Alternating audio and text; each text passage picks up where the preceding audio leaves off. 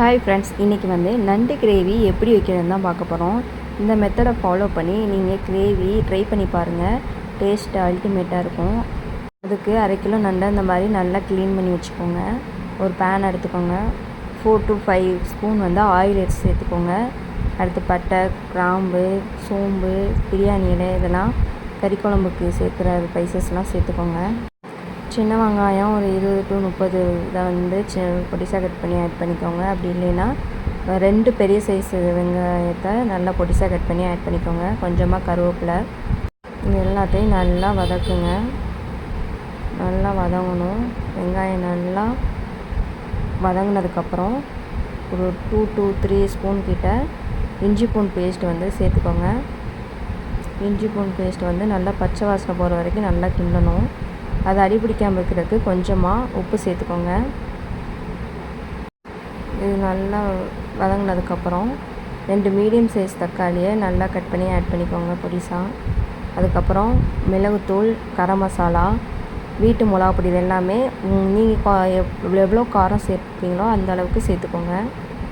எங்கள் வீட்டில் காரம் கம்மியாக தான் சேர்த்துப்போம், அதனால் அதுக்கேற்ற மாதிரி நான் சேர்த்துக்கிறேன். நீங்கள் காரம் அதிகமாக சேர்த்திங்கன்னா சேர்த்துக்கோங்க. எல்லாம் நல்லா வதங்கினதுக்கப்புறம் எண்ணெய் பிரிஞ்சு வர அந்த ஸ்டேஜில் நண்டை ஆட் பண்ணிக்கோங்க. நண்டு நல்லா அந்த மசாலாலாம் அந்த நண்டில் இறங்குற மாதிரி நல்லா இந்த மாதிரி கிளறி விடுங்க. நல்லா லோ ஃப்ளேமில் வச்சு கிளறுங்க. ஹை ஃப்ளேமில் வச்சா அடி பிடிச்சிரும். இந்த மாதிரி கொஞ்சம் லோ ஃப்ளேமில் வச்சு அப்படியே மசாலாலாம் உள்ளே இறங்குற மாதிரி நல்லா கிளறி விடுங்க. அதுக்கப்புறம் ஒரே ஒரு டம்ளர் மட்டும் தண்ணி ஆட் பண்ணிக்கோங்க.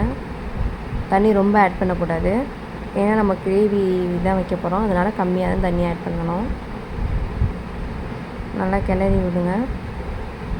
உப்பெல்லாம் இந்த ஸ்டேஜ்லேயே செக் பண்ணி போட்டுக்கோங்க. எல்லாத்தையுமே நல்லா செக் பண்ணிவிட்டு இதிலையே ஒரு மூடி போட்டு 5 மினிட்ஸ் வேக விடுங்க. நல்லா வேகணும். இப்படி எடுத்துகிட்டு இடையில ஒரு 2 கிண்டி விட்டுருங்க. திருப்பி கிண்டிட்டு மூடி போட்டு ஒரு 2 மினிட்ஸ் வேக விடுங்க.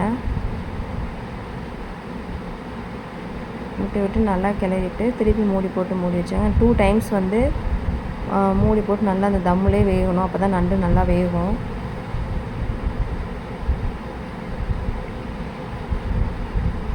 நான் செகண்ட் டைம் மூடி போட்டு 2 மினிட்ஸ் வச்சேன். பாருங்கள் கலர் எவ்வளோ நல்லா சேஞ்ச் ஆகி வந்திருக்குன்னு. நல்லா வெந்துருச்சு. எண்ணெய் பிரிஞ்சு நல்லா கலர் கிடச்சிருக்கு. இந்த ஸ்டேஜில் தேங்காய் அரைச்சி ஊற்றிடுங்க.